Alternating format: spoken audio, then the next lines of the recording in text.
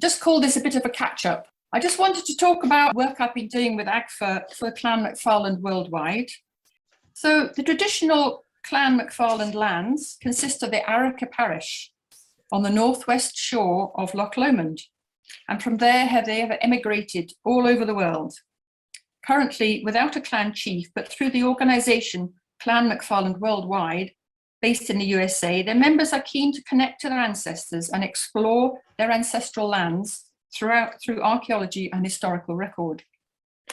Now, I have spoken to you before in detail about the work on Argyll, so I just wanted to summarise it here and remind us from a couple of years ago what we got up to. So my research started here about 10 years ago with the encouragement and funding provided by Preston and Peter MacFarlane, who are distant relatives of each other from the USA.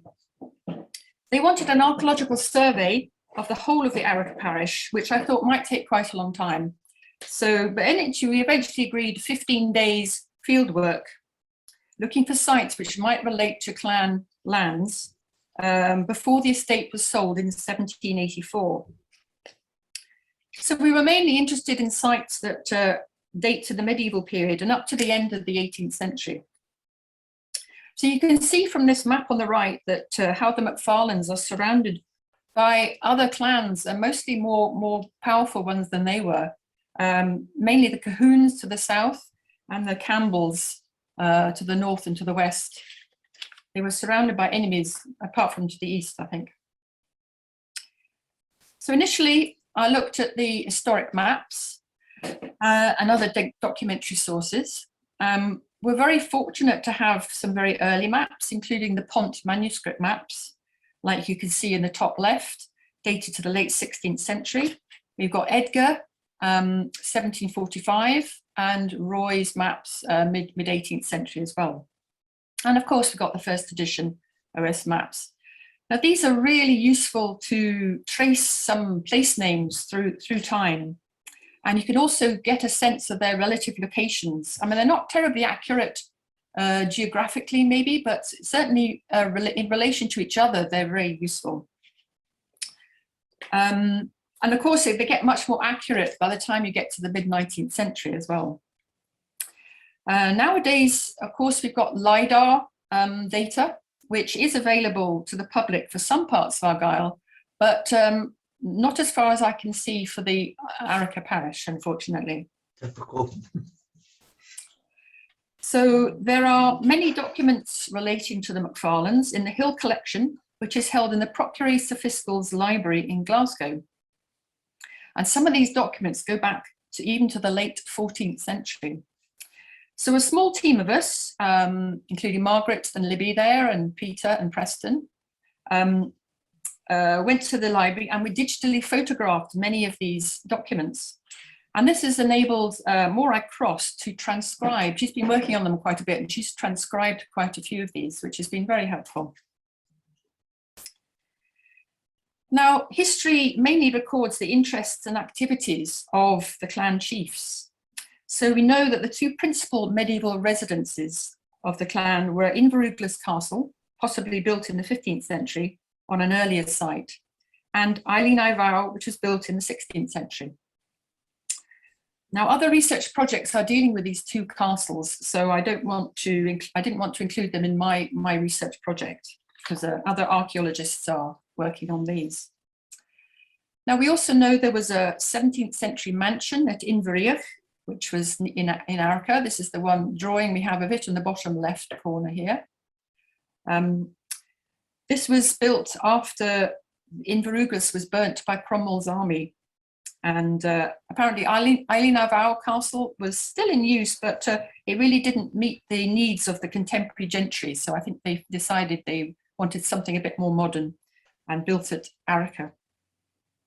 Apparently some of this mansion house is still incorporated into the Claymore Hotel, which would be fascinating to try and trace that. I've looked at it from the back, and there are certain elements which you kind of think could be much earlier. There's also a reference to a house at Ardleish, which was occupied by Walter of Ardleish in 1531.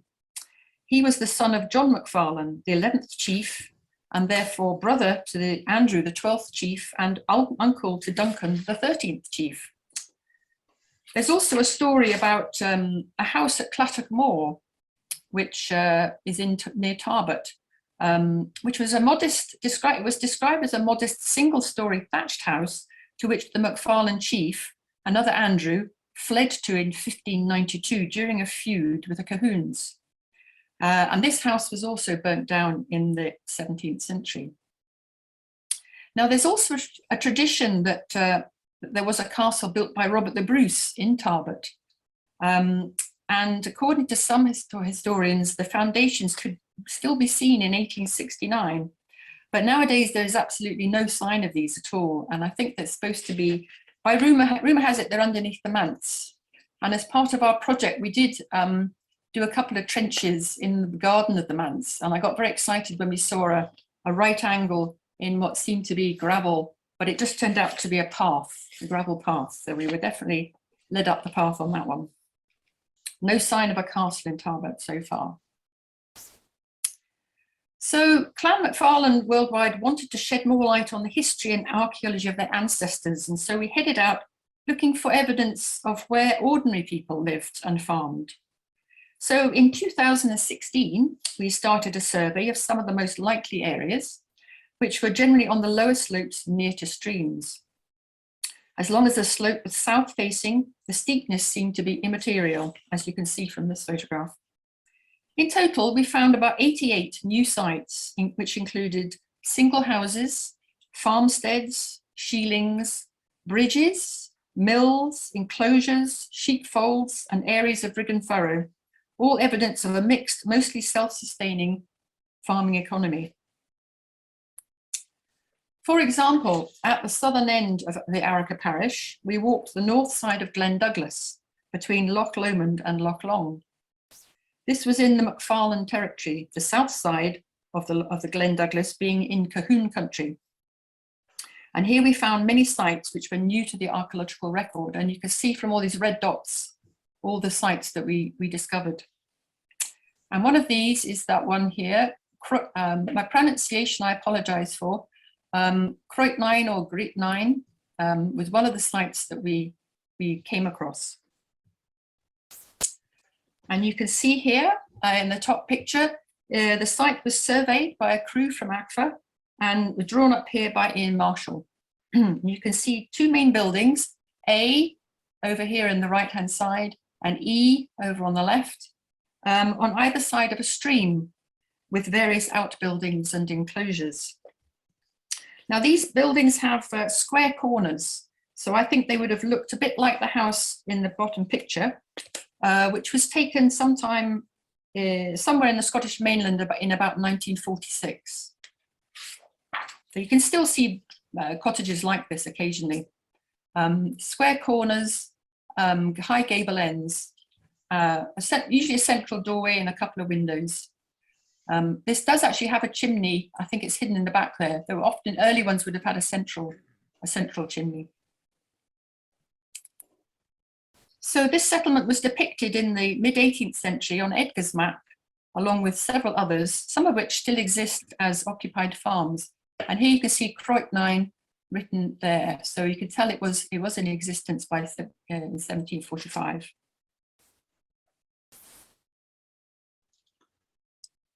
So with the help of a retired librarian, Alistair McIntyre, the settlement was traced back to at least 1643 when it was first mentioned.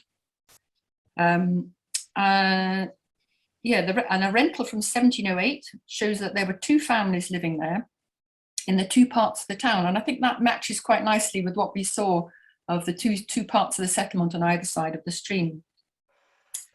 And the last birth recorded here was in 1810. So still living there in the early 19th century. But it was not mentioned in the 1841 census, so suggesting that it had become abandoned by that time, by the mid-19th century. So I think the remains that you can see on the surface date to the late 18th or early 19th century, and these reflect the improvements that were taking place at that time, possibly after the Argyll estate was sold in 1784. At that time, landlords were still encouraging tenants to stay on the land, and to build in stone rather than stripping valuable turf to build their homes. So having surveyed extensively in the Argyll parish, we turned to excavation. And in the following seasons, we excavated 2 sites which proved to at least have late medieval remains. One of these was Tarbert Isle, where Pont had depicted a castle, which you can see here on the right, which is rather unusual, sort of Eel Tarbert here opposite. And in this bottom picture, it's blown up, it's a bit blurry, but you can see there's quite a substantial structure, maybe 2 with a big roof on top, quite a substantial castle structure here on this rather tiny island, which you can see on the left. When we visited it, there were certainly stones on the surface of the island, which indicated that there was definitely a structure there. But even before we started, we had some doubt about whether these could be from such a substantial structure as this castle. So we dug a few trenches. This bottom picture shows the size of the island and the shape of the structure we could see, and the few wee trenches that we dug across the foundations. So we confirmed the trapezoidal shaped foundations of the small building. We also found slate roof tiles, 17th and 18th century pottery. We found a 14th century pottery handle and a mid-17th century coin. This clearly shows that there was activity here in the medieval period and later, but it really could not be described as a castle. Pont had probably confused this island with Inveruglas, which the drawing resembles, and Tarbert Castle was traditionally located on the mainland. And interestingly, we found a sherd from a prehistoric bucket urn, which shows that certainly prehistoric activity was on the island as well. Another site we looked at was at Craigafurt, opposite the castle on Eileen Ivao. A documentary reference prompted us to look here for a 16th century almshouse, and sure enough, the faint remains of a rectangular building were revealed near the shore. And you can see here in the picture here, it is a nice area by the loch side, often used by people wanting to camp. And so we had to actually remove remains of a barbecue before we could even start digging. But you can see we're standing on the 4 corners of the building, two on the 2 corners, and the poles marking the other 2 corners. So quite a small structure.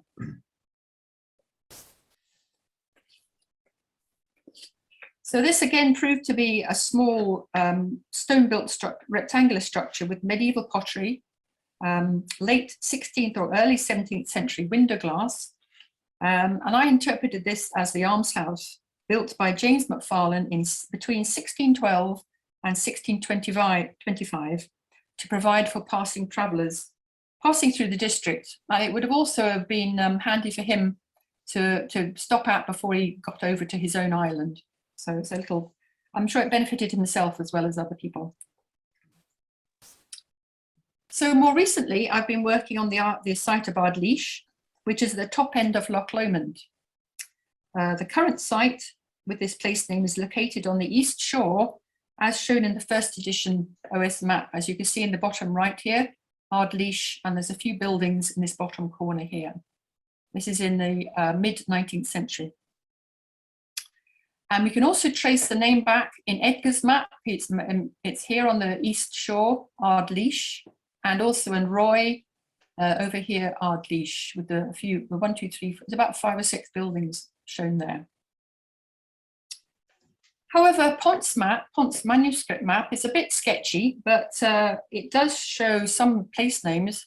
There is no sign of Ardleish on the east shore, but there is Eel Unlich up in here on the top left. And I think that's quite significant. So looking back to Roy's map, there's a promontory just here, don't know if you can see that, and that says Island Illich.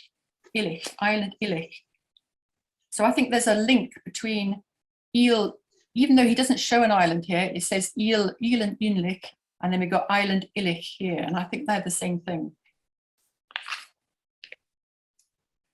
So a visit to Ardleish on the east shore and a rapid survey of the buildings confirmed to me that they were probably 18th to 20th century in date. And I really couldn't see anything physically earlier at that point. However, when on the promontory, you can see here, this is Ardleish here, the later settlement, but on the promontory, Argyll as I'm calling it, over here you can see on the right, you can see the blown up version of the first edition map, and there are two structures there. And these are shown as unroofed, which in itself indicates that at that time these walls were at least 3 feet high, because if it had been less than 3 feet, then they would not have drawn them. So these two structures are at right angles to each other, and the northern one is slightly shorter and wider than the one on the south. So the bottom picture, the photograph, shows the northern structure with an old oak tree growing right on top of the walls of this structure.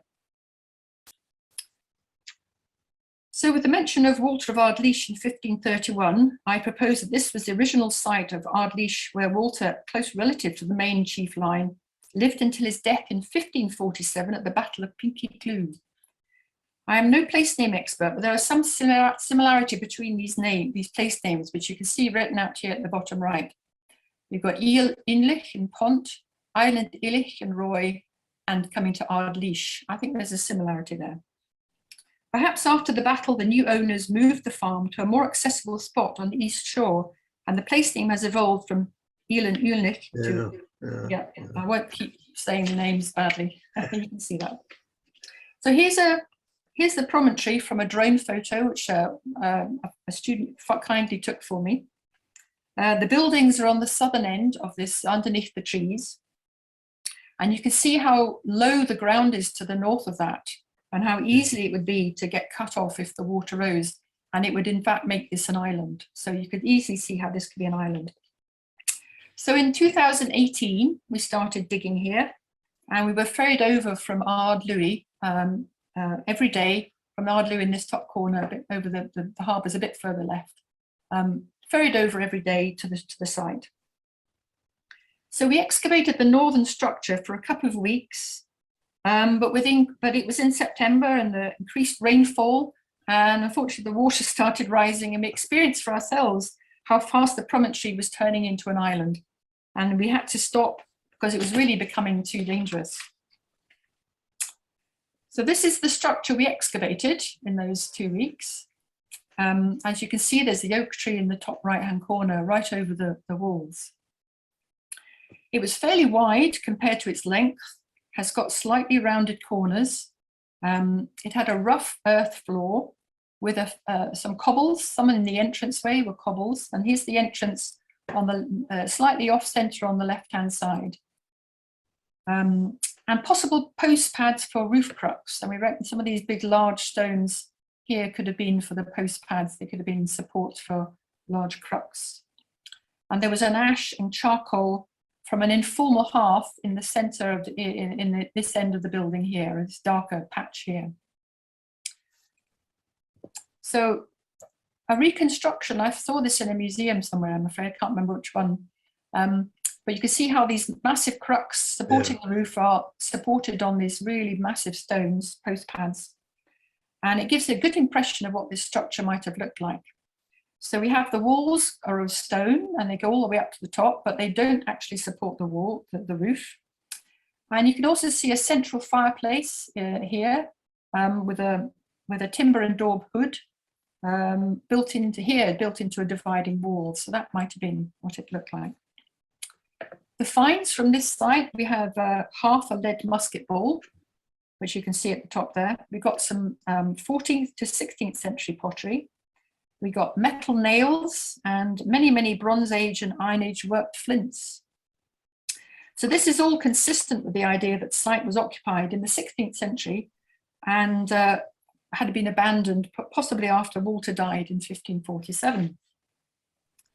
In contrast, the site of Ardleish on the east shore, as I mentioned, had a wide range of building types. The most modern was a corrugated iron bothy, probably used by the local shepherd in the last century, and you can see this at the top right. There were other stone buildings, some of clearly 19th century date, as is this one here, with some nice red sandstone corners and a chimney. And some with alterations. And this bottom one on the bottom left, you can see there's a change in the build from the grey stone to red sandstone. And you can see if you trace the grey stone, it would have had a high gable end, and that's been chopped off, and you can see it's been turned into a sloping roof structure.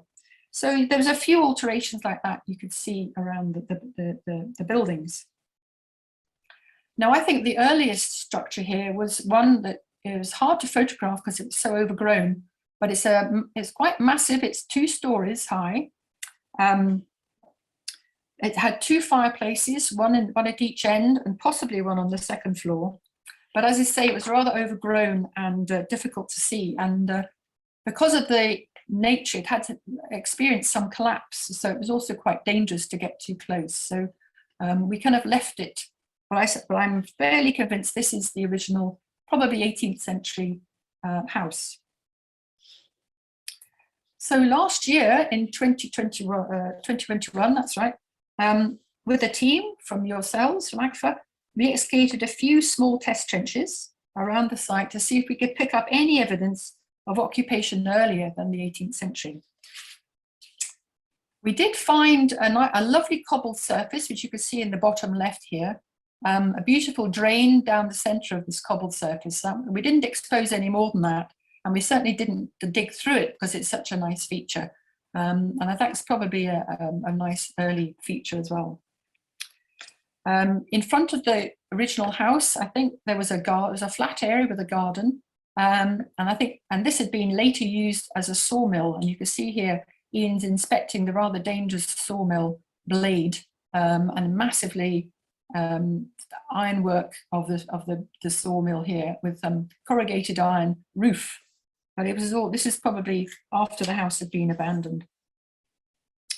There was also a very productive midden site, which Doogie will have remembered very well with fondness, I'm sure. Behind this massive stone here, we did a couple of trenches, and this has obviously been used for their midden because it was full of material and full of pottery and rubbish.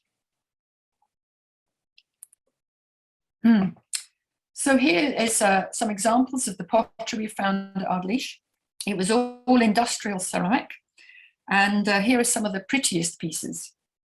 We also found a few clay pipe fragments, but these are still likely to be 18th and 19th century in date. So in all, there was nothing to suggest that this site had been established before the 18th century. There is, however, much to be gleaned from the historic records. So recently I reread not all of the MacFarlane clan history, and I saw that the 1531 reference to Walter of Ardleish was when he was granted another property in Stirlingshire called Gartartan by James V. And subsequently he signed his name as Walter of Tarbert, Ardleish and First Gartartan. So he was certainly plenty of properties. Now, after 1540, Walter's children were born at Gartartan, suggesting that Ardleish was not his principal home. Now, Moray Cross has transcribed some documents from the Hill collection, and there is one dated 1586, which is signed by Andrew of Ardleish. And this indicates that Walter's son, Andrew, had inherited the farm from his father. However, Andrew was also associated with Gartartan, and it's thought he might have started to build the castle that's there. So the date of the abandonment of Ardleish is not quite as clear-cut as I had originally suggested. Although I do still think that it ceased to be occupied sometime in the late 16th century, because we found absolutely no material of a later date there, which we would normally get if occupation had continued. And also one example of a document that Moray has transcribed, it's called The Taxable Properties and Farms of Arica for the year 1708 to 9, muniment number 49, and it mentions Ardleish. It's got John McCallum and John MacFarlane. They've got a joint farm, and another one is Andrew MacFarlane and John Dow. So we've got two groups, two kind of shared farmers there. I'd also mention of the ferry house of Ardleish. So the ferry house, it makes sense that there would be a ferry house, but whether that's which site that refers to is still not very clear. And I haven't found any building as yet that would match up to something you could call the ferry house. So that's something that we followed up there. So looking to the future, MacFarlane are currently fundraising for an excavation, hopefully, of the other building on the promontory for next year. So hopefully that might take place next year.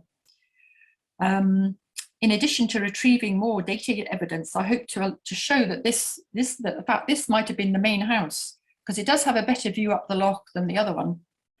And perhaps the other one was occupied by servants and retainers, and hopefully there'll be more maybe high status material found within this structure. Thank you very much.